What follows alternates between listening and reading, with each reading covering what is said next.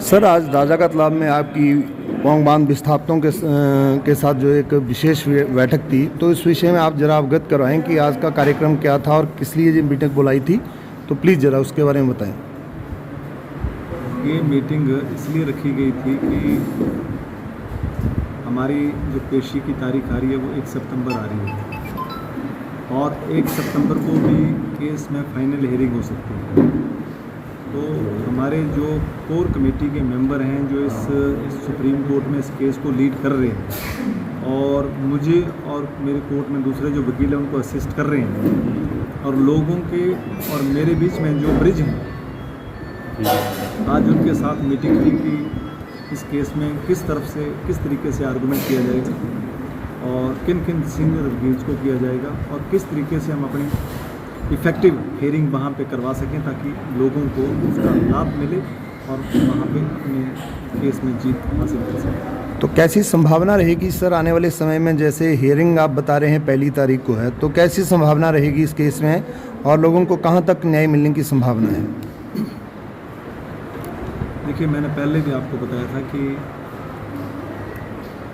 ये पहला एक ऐसा केस है जो मैं अपनी लाइफ में भी एक बहुत ही जेन्युइन केस लगा। जिस केस में लोगों ने अपनी पहचान खोई, अपनी ज़मीन खोई, अपना कल्चर खोया और वो पिछले 5 दशक से कभी कोर्ट के कभी सरकार के आगे अपनी समस्या को रख रही हैं, लेकिन उसका कोई हल नहीं निकला है।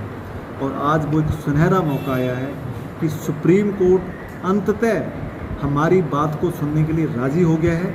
हम भी और सरकार भी, जो हिमाचल सरकार है, और हम सब मिलके अच्छे प्रभावी तरीके से और अच्छे सीनियर वकीलों को साथ वहाँ पे हियरिंग के लिए लगा के इस केस को लड़वाने वाले हैं और मुझे पूर्ण आशा है कि हम इस केस में जीतेंगे। सर, एक 1188 वाला विवादित मुरब्बे हैं, उन पे कुछ चर्चा चली हुई है, जैसे बता रहे हैं कि उसमें जो लोगों को जो है संभावना है कि वो जो वहाँ पर मुरब्बे मिलेंगे, तो इस विषय में आप ज़रा विस्तार से बताएं।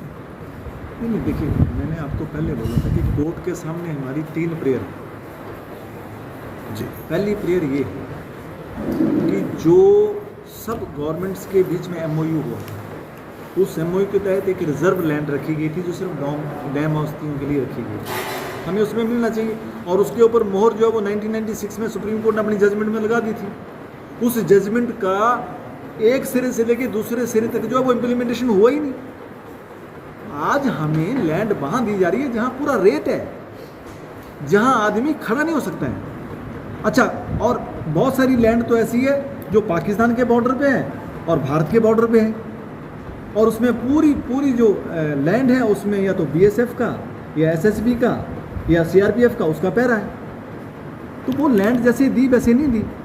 अच्छा, जो 1188 की बात कर रहे हैं उसमें मुझे नहीं लगता सिर्फ 200 लोग भी नहीं हमारे बैठे हुए हैं, बाकी सारे लोग जो हैं वो राजस्थान के लोग ही इलीगल ऑक्यूपाई करके बैठे हुए हैं।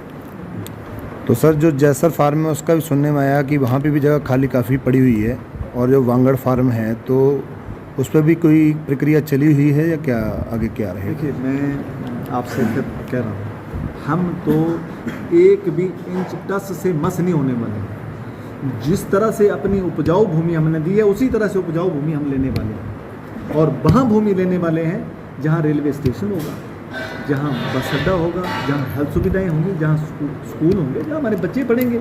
ऐसा ये तो आदिवासियों वाला काम हो गया है। वहाँ सिर्फ हम कोई लैंड को देखने थोड़ा जाएंगे दूर से, वहाँ हमने रहना है, बसना है। एक बात थोड़ी है। देखिए, हमें शिफ्ट तो कर दिया वहाँ, ना हम कोई अपना वहाँ का सर्टिफिकेट बनवा सकते हैं, ना हम वहाँ के बसिंदे बन सकते हैं। हमें तो ऐसा रखा जा रहा है जैसे किराएदार है। रिहैबिलिटेशन का मतलब है कि हमें पूरी तरह से रिहैबिलिटेट करो ताकि हमें वहाँ के राजस्थानी होने का जो है पूरा हमें फ़ायदा मिले जो राजस्थान के लोगों को मिलता है। पानी तो दूर दूर तक भी नहीं है, 100 किलोमीटर तक पानी नहीं है। हमारे पास एक केस सुप्रीम कोर्ट में ऐसा लगाया गया गुलेरिया जी का, विभाग कह रहा है, राजस्थान गवर्नमेंट कह रही है कि जी आपको तो पानी पहुँचा दिया गया है और उसमें जब हमने RTI में मांगा तो विभाग कह रहा है कि वहाँ पानी देना नहीं देने की बात तो 10 साल पहले बंद कर दिया, हमने तो वहाँ पाइपें भी उठा ली हैं। आज भी मैं यहाँ मीटिंग में है तो मुझे पता लगा है कि वही मुरब्बे दोबारा फिर अलॉट कर दिए जिसको कैंसिल कर दिया, रिजेक्ट कर दिया। ये सचमुच में कम से कम भारत के सर्वोच्च न्यायालय को इस पूरी स्थिति से है ना अवगत कराना बहुत जरूरी है। धन्यवाद।